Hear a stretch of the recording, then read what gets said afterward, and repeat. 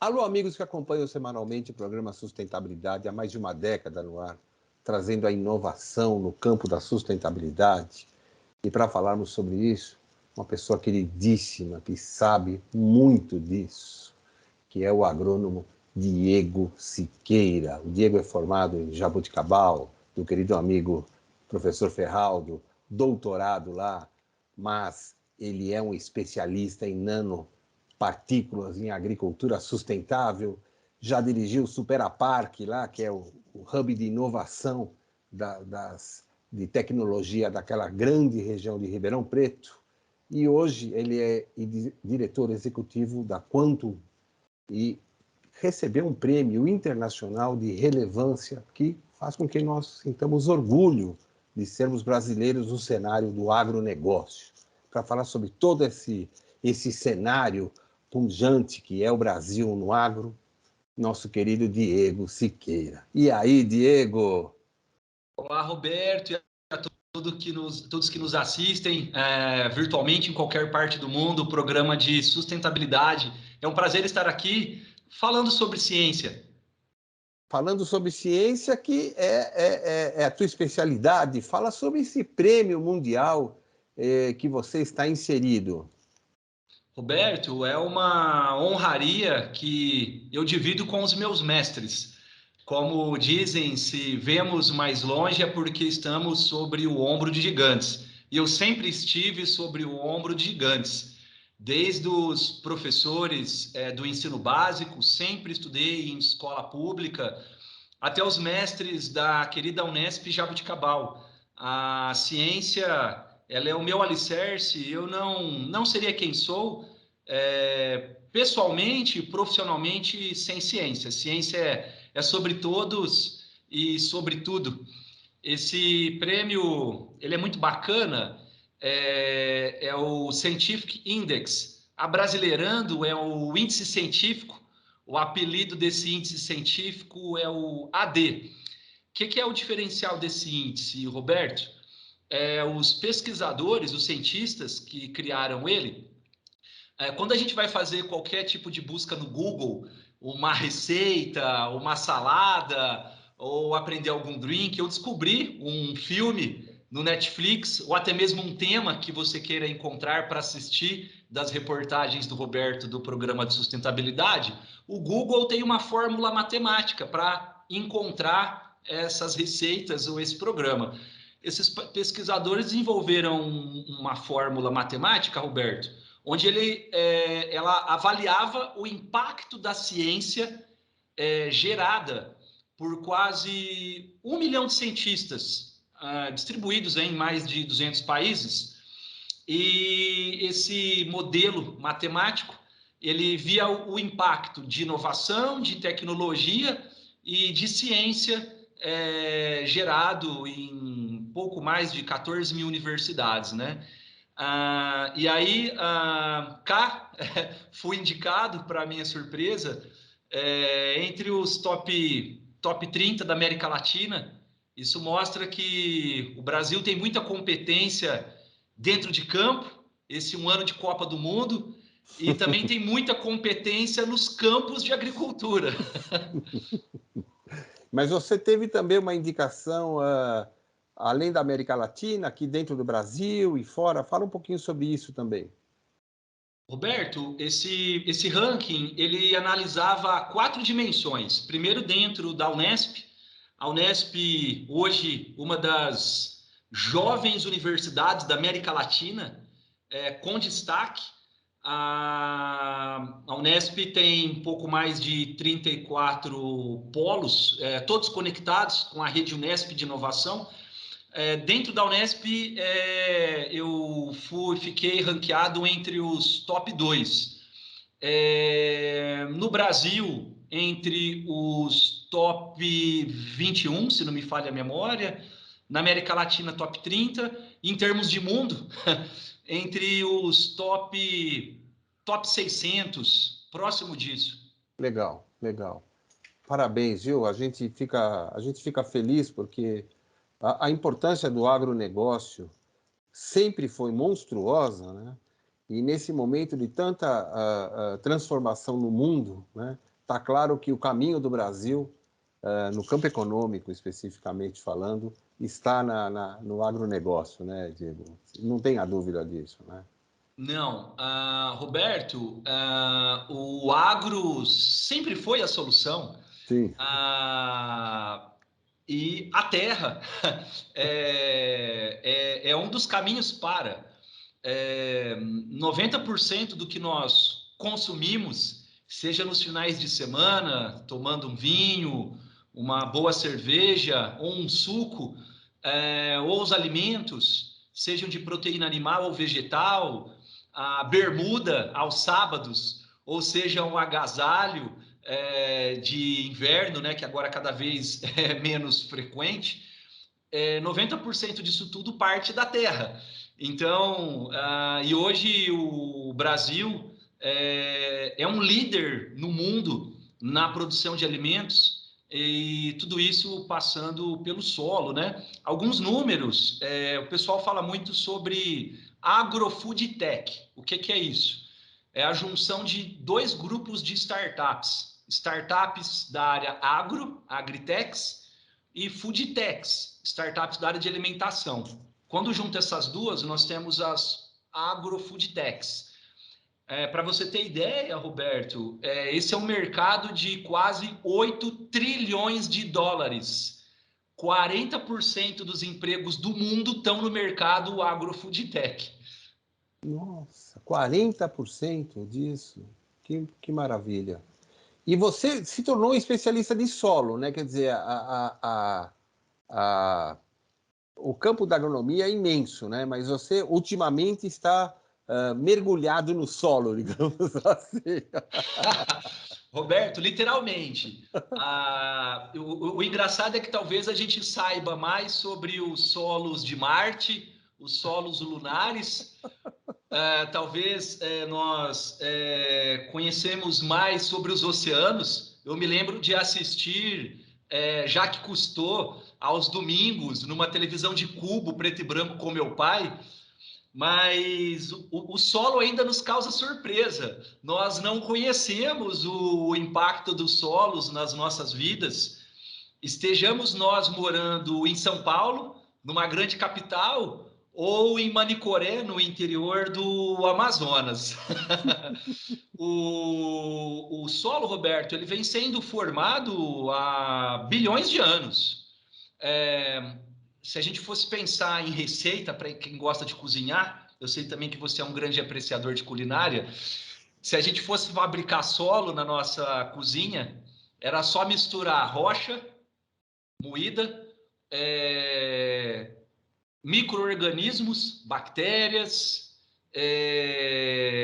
clima, então água, temperatura, e deixar isso reagindo por um tempo.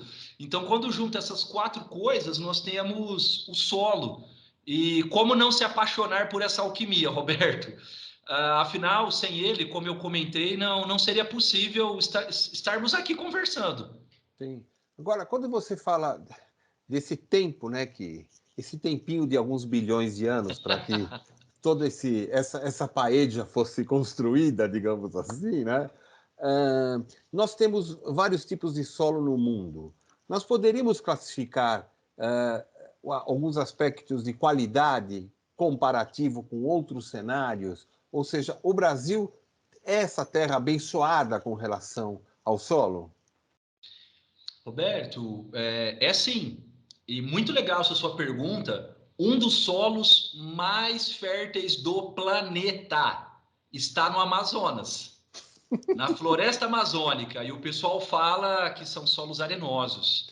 É um termo muito legal, se chama terra preta de índio ou biochar. É um tema que foi pesquisado durante muitas décadas, vários artigos na Nature. Esse biochar é uma fabricação de solo pelo homem, né? Então, vários antropólogos, a própria Sociedade Brasileira de Ciência do Solo já dedicou alguns anos de pesquisa sobre isso.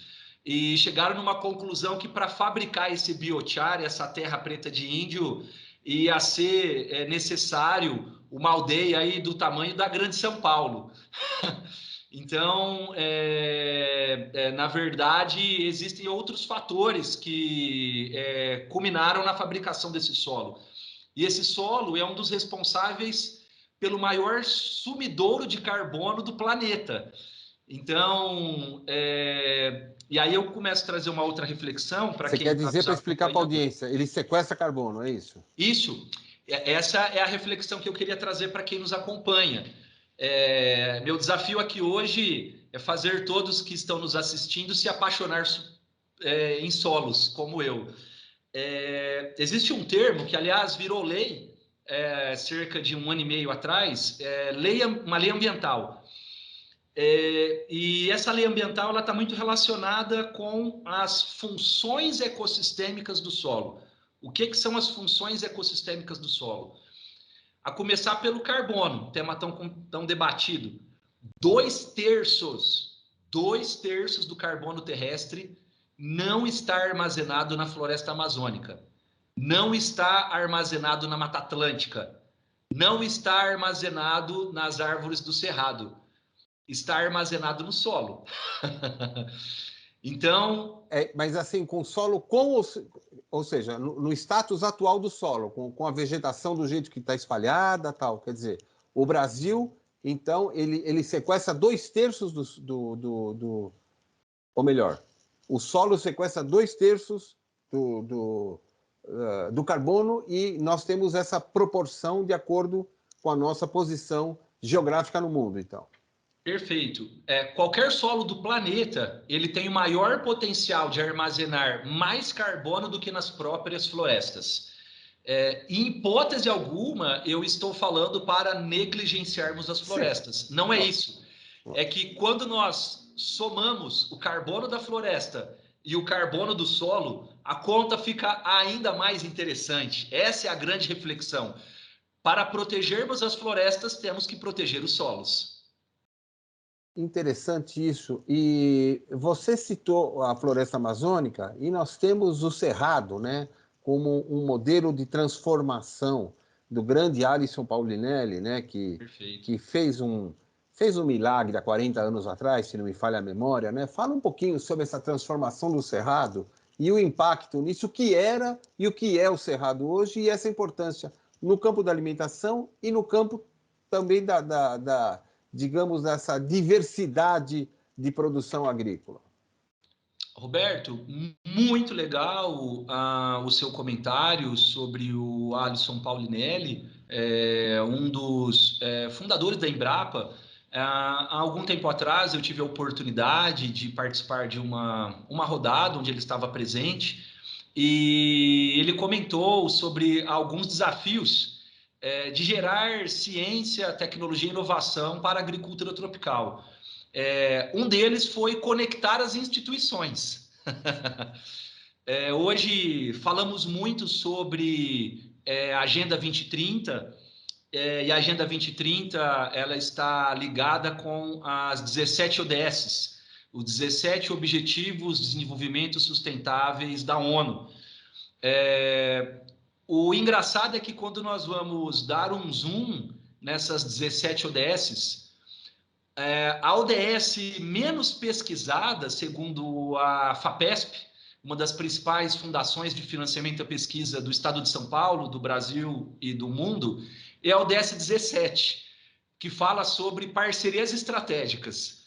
Se nós pegarmos os quase 300 mil projetos aprovados na FAPESP e agruparmos esses projetos por ODS, a ODS que menos tem projeto é a 17.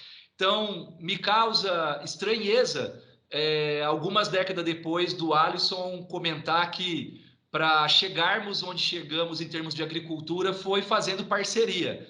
Hoje nós temos inúmeras instituições no país com competência para trabalhar a agricultura. Essas instituições se conectam. E aí você pode me perguntar, Diego, é suficiente? Não, quanto mais nos conectarmos, melhor. Independente de 5G ou Bluetooth ou Wi-Fi. Quanto mais conexão, melhor. Essa foi a mensagem que ficou muito forte do Alisson para mim. E uma outra mensagem que ficou muito forte, que fez nós chegarmos onde nós chegamos, em termos de agricultura tropical, foi manejar os solos. Quando nós refletimos um pouco mais sobre esse manejo de inovação em solos, vou trazer duas reflexões.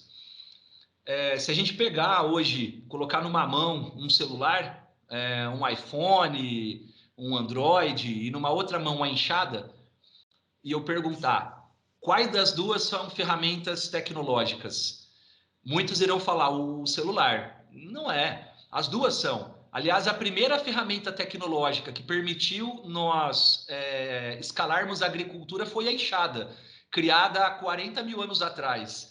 Então, a nossa percepção de inovação, às vezes, acaba ficando um pouco distorcida.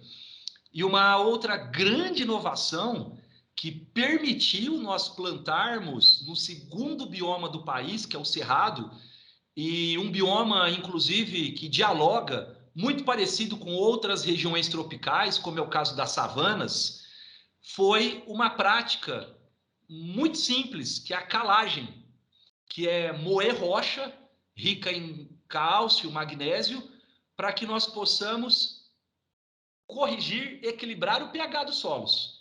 Sem fazer essa prática para corrigir o pH dos solos, Roberto, independe da fonte de adubo que será aplicada nos solos, da Rússia ou não, esse adubo não terá uma performance adequada. É como se a gente fosse fazer um exame médico e antes de fazer esse exame médico tem um pré-preparatório. Se a gente não fazer o pré-preparatório, não adianta fazer a sequência dos exames. A mesma raciocínio a gente se aplica à calagem, que é o que permitiu a gente avançar em termos de sustentabilidade na agricultura tropical. Você estava, enquanto nós fazíamos o teste de áudio, né, contigo, você estava falando que a calagem é o beabá, é o primeiro degrau para o desenvolvimento sustentável, né? Este foi a grande sacada do Alisson Paulinelli no Cerrado? Você acha que teve essa visão? Isso é uma das coisas mais importantes nesse cenário? Sem sombra de dúvida, é uma das, Roberto, não só do Alisson, mas de todas as instituições que desenvolveram ciência para a agricultura tropical. Afinal, plantar milho aqui no Brasil é bem diferente de plantar milho nos Estados Unidos. A começar que lá eles ficam alguns meses do ano embaixo de neve. Então, é claro que várias outras áreas avançaram grandemente. Desenvolvimento de sementes aptas para a região tropical, desenvolvimento de novas moléculas para a proteção de plantas, formas para manejo do solo, como integração lavoura-pecuária. Tudo isso são ferramentas de inovação. Um número que pouquíssimas pessoas sabem. Eu me lembro a primeira vez que eu instalei o WhatsApp no celular. Eu falei, nossa, para que serve isso? Será que vai dar certo? Hoje, quando a ferramenta para e outras da mesma finalidade, a nossa vida vira o caos, né? Tanto particular quanto profissional. E entendendo, né, as funções dessas ferramentas e fazendo uma analogia com essa questão da calagem, quando a gente vai ver alguns dados da FAO, que são públicos, e a gente vê como que era a agricultura brasileira 10 anos atrás, então de 2010 até 2020, tá? Quando a gente vai ver os números, Roberto, da agricultura mundial, e a gente pega 4 parâmetros, um desses parâmetros, o índice de produção per capita bruta, tá? Igual o PIB, mas dando um foco só em agro, tá? O índice brasileiro é 20% superior do que o da América do Norte e o da União Europeia nos últimos 10 anos. Sem ter 5G, sem ter toda essa revolução digital que estamos tendo. Mas, Diego, o que você está querendo dizer com isso? Vou trazer mais 3 números. Mesmo estando 20% superior em relação à América do Norte e União Europeia, nós chegamos nesse patamar, Roberto, emitindo 5 vezes menos CO2 do que a Ásia, que está ali no mesmo patamar que o Brasil em termos de 20% superior à produção per capita. Chegamos nesse mesmo patamar com 9 vezes menos investimento em agro do que os Estados Unidos, por exemplo. Chegamos nesse mesmo patamar, emitindo 5 vezes menos CO2, com cerca de 8 vezes menos pesquisadores do agro para cada 100 mil habitantes, 100 mil agricultores, do que a Argentina. Então, esses números mostram claramente, Roberto, que nós chegamos onde nós chegamos porque nós aprendemos a fazer um feijão com arroz muito básico. Primeiro, a trabalhar os solos, como a calagem. Segundo, tropicalizar a pesquisa, gerarmos indicadores que são representativos dos solos brasileiros, que são muito diferentes de práticas de agricultura da Espanha, da Alemanha e dos Estados Unidos. Diego, a ministra Tereza Cristina deu uma declaração, acho que é quase há um ano atrás, dizendo que nos últimos 40 anos, vou arredondar o número, né, o Brasil cresceu quase que 400% a produção agrícola, né, mas avançou só 35% sobre a utilização de terra, ou seja, a gente aumenta 10 vezes mais a produção de terra do que... isso está, obviamente, ligado a toda a tecnologia nacional desenvolvida, né? Roberto, sem sombra de dúvida. Existem desafios a serem solucionados no agronegócio brasileiro? Mas é claro, nunca fui de tampar o sol com a peneira.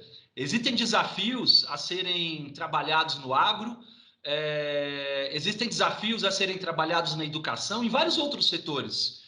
Mas a agricultura brasileira, como um todo, as ciências agrárias brasileiras, como um todo, ela é muito competente. Ela é muito competente. Trazendo mais alguns elementos aos números da ministra Tereza, aliás, uma grande desbravadora, como várias outras cientistas mulheres, como Primavesi, que foi centenário da Ana Maria Primavesi, 2 anos atrás, Dobenhauer, são todas verdadeiras desbravadoras do agro e que as novas gerações precisam de conhecer essas histórias. Além de produzir mais e de forma sustentável, Roberto, nós precisamos comunicar isso às pessoas de uma forma equilibrada.